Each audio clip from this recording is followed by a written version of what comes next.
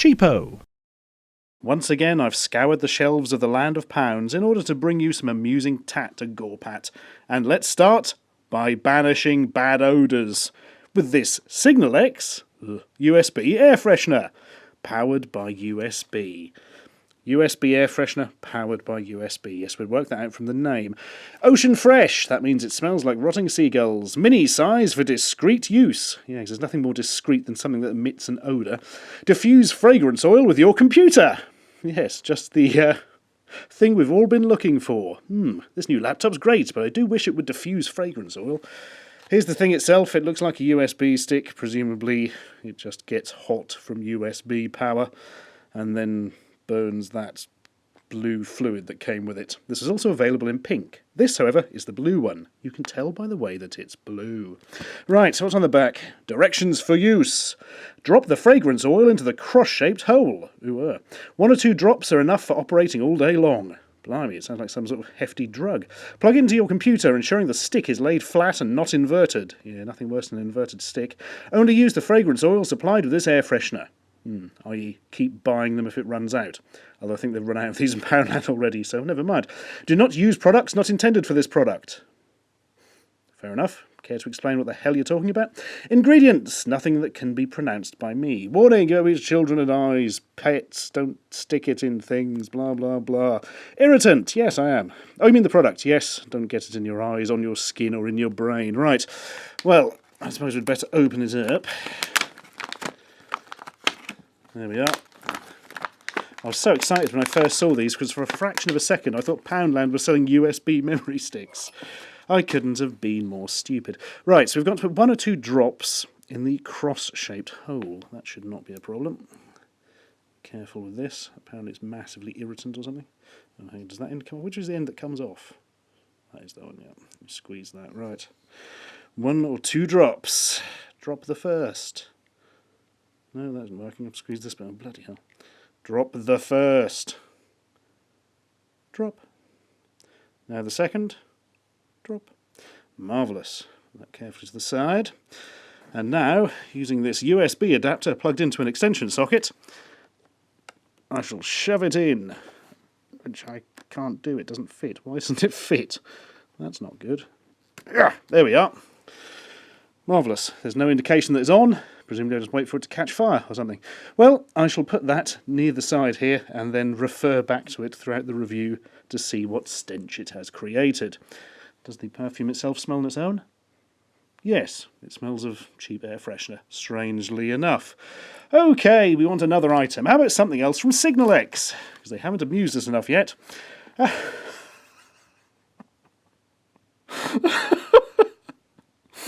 I'm sorry, it's just the concept of this gets me every time. It is the... Whoa, jump cut. I do apologise, but I still haven't really got over the fact that this thing physically exists. Yes, mobile phone handset, compatible with most mobile phones. You literally plug this into your phone and use it as a 70s style receiver. You know, on your massively expensive modern smartphone thing. I mean, good glory be. Who thought this was a good idea? Who told them it was a good idea? And who had the damn thing manufactured? It's just unbelievable. Anyway, their excuse for its existence is helps eliminate radiation absorbed through mobile phones. You know, that thing that's not really a thing. Basically, you thought of some crap and wanted to sell it to idiots, and that's your excuse, isn't it?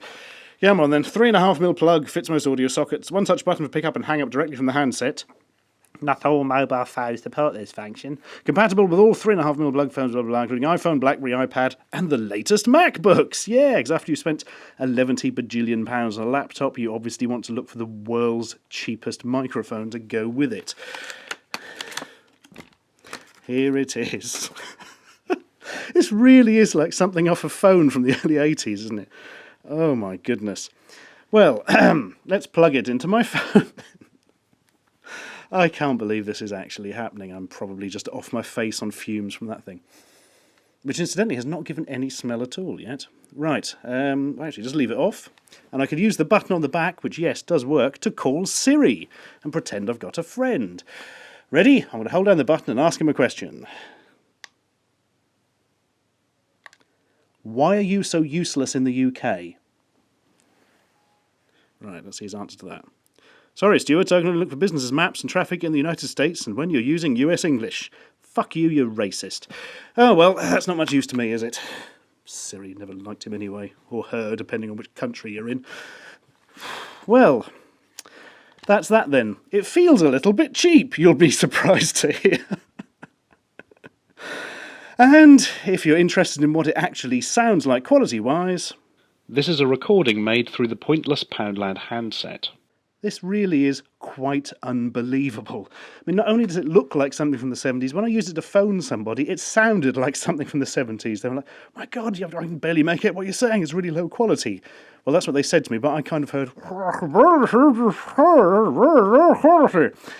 Unbelievable. I mean, what do you expect for £1, I suppose? But why does it exist? Why? Oh, well, let's check the smells from the perfume bot. Can't smell anything. I have to put my nose right up against it to smell anything. Therefore, it is completely useless, and I might as well have left it in the bottle so far. But never mind, let's go on to some cheap Lego. You may recall our friends at Best Lock Construction Toys, who make, well, literally a cheaper version of Lego, and it's usually pretty damn good. Their figures are a bit zombified and scary, as evidenced by this creature here, but... you know, they make little models and all the bricks fit together, and they're only £1, so bloody excellent, really.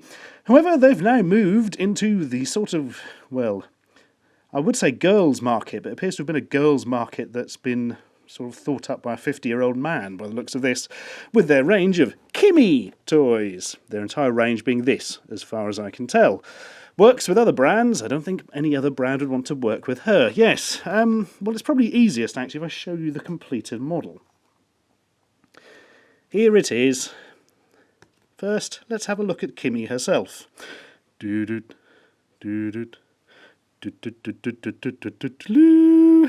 going to focus in a minute, and when she does, you'll wish she hadn't. Here she is. Hello, Kimmy. Nice to see you. Bad case of psoriasis you've got on your hand there.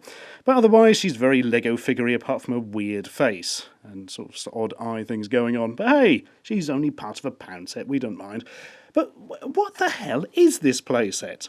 There's a really weird tree that looks more like some sort of conical lamp. There's two, well, what I presume are supposed to be seats, although they're so tiny all she can actually do is stand in front of them. Part of a fence and some flowers all on the other side. And in the middle there is a goblet. There's something weird going on here. There's something slightly creepy. It's got the same setup as that scene in The Princess Bride, where the bald man gets poisoned. I mean, why is there only one goblet? And what, is she inviting somebody else? Have they got to bring their own goblet? Why are there flowers there? There's something slightly creepy about this. I reckon that she's going to dig up a corpse, sit at the other side, and have a tea party with it. Or maybe she'll just invite a friend and it'll be 2 girls, 1 cup. Let's move swiftly on. Another part, actually, that came with it. Handful of multicoloured bricks. Which was odd. I remember seeing them on the box in the corner here. I thought, that's obviously not part of the set. That's just, you know, for illustrative purposes. But no, they've literally given you a handful of random bricks. Perhaps that's what happened. She's actually on a building site, and she's having her tea, and she gets killed by falling bricks, and that's why nobody's gone to join her. I don't know. I'm making it up. I bet it makes an amusing noise if I ping it, though. Yeah, that wasn't bad. Right, perfume update. Sorry, air freshener. No, still smells of nothing unless you physically ram it up your nostril. What an embarrassing waste of time. Here's a dinner plate. And there's a reason I've got a dinner plate, because there's going to be mess from our Dig It Out Dinosaur Fossil Excavation Kit. I've seen these around, but inexplicably never bought one, but somebody sent me loads of them. All different things like sea creatures and dinosaurs. But if you're going to excavate something, you may as well excavate a dinosaur. Which are, of course, false bones buried in the earth by Satan to confuse the righteous. Dig it out! It is glowing in the dark. It's the worst thing ever, man. There's nothing worse than glowing in the dark. Dig it out before it kills us all. Number 1, tools and lump. Number 2, smash the lump away. Number 3, you've got a really badly drawn skeleton of a Stegosaurus. 0 to 3 sad onions, we're happy with that. Graphics is the company, who I believe do a lot of sort of art supplies and things for Poundland. Go on then, let's see what the dinosaur's like, if I can ever get this thing open. This is going to be a pain in the bum, look, it's left all the cardboard in the back. Go on. First you have to excavate it from its packet, just like a real archaeologist. Remember Indiana Jones doing that in all those films? We may as well have done it for the fourth one. Come on then. Scratchy, scratchy, and it's out like a particularly unpleasant and rock-hard lump of soap. Right, what have we got? Chisel, and slightly differently shaped chisel. Well, let's dig it out then, I suppose. Am I the only one that's a bit underwhelmed at the moment? It's rock hard. Oh my goodness, you expect me to... Oh, they've got to be joking, man. It'd take like a month to dig it out of this. It's absolutely rock hard. What? Is it supposed to teach children patience or the futility of life or something?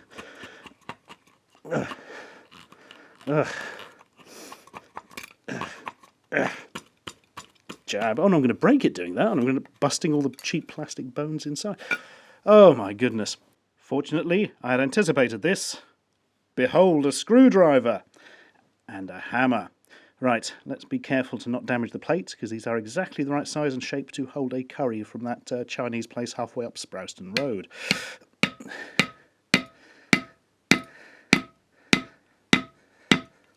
Okay, I've noticed a problem here.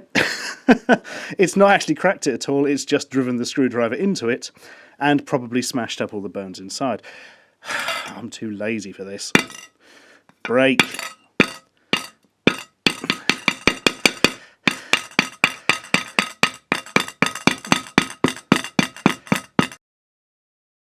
It is done. Let us never speak of it again. I was expecting little plastic bones that you had to glue together, but it's in fact a rubbery dinosaur thing. Well, that'll provide some amusement for the children. Several hours worth of amusement if they don't have access to heavy power tools. But the question is, does it glow in the dark? That's a yes.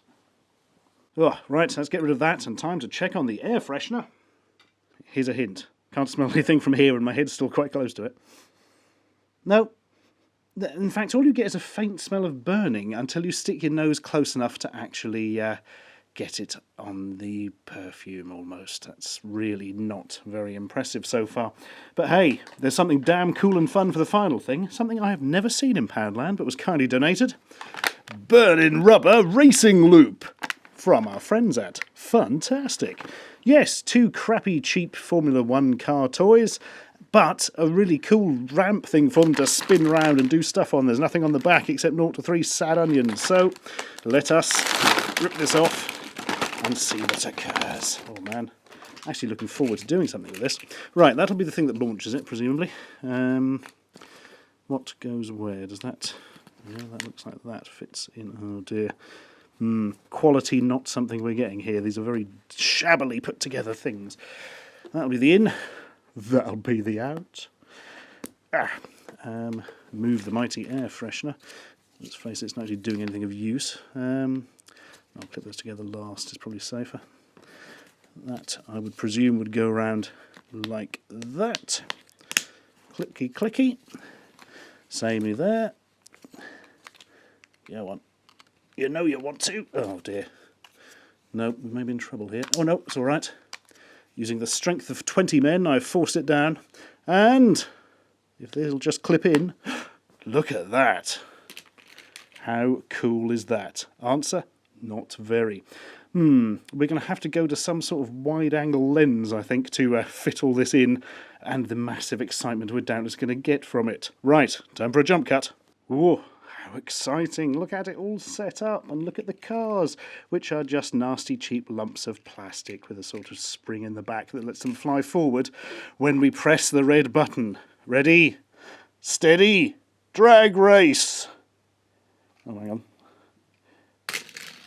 Hooray! It actually worked! I don't know quite what to make of that. Let's do it again. Will it work for both cars? I can't believe such a thing.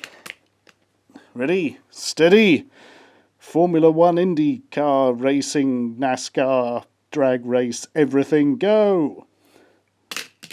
Oh. Well, that's the end of that then. We have to go and inform the driver's family. Well, never mind, the white car did actually work, which was something pretty amazing. for one of these Poundland toys. But yeah, if you've got one where both cars worked, think of the possibilities. You wouldn't have to throw one of the cars away. Oh well, there is one more Poundland item, but I think it may be Poundland's finest hour. And as a result, I've actually given it a video of its own. Here's an annotation link if you want to go and see it. You may as well. There's nothing else in this video except a blank screen, a small picture of a frog in the bottom right hand corner, and some really annoying music.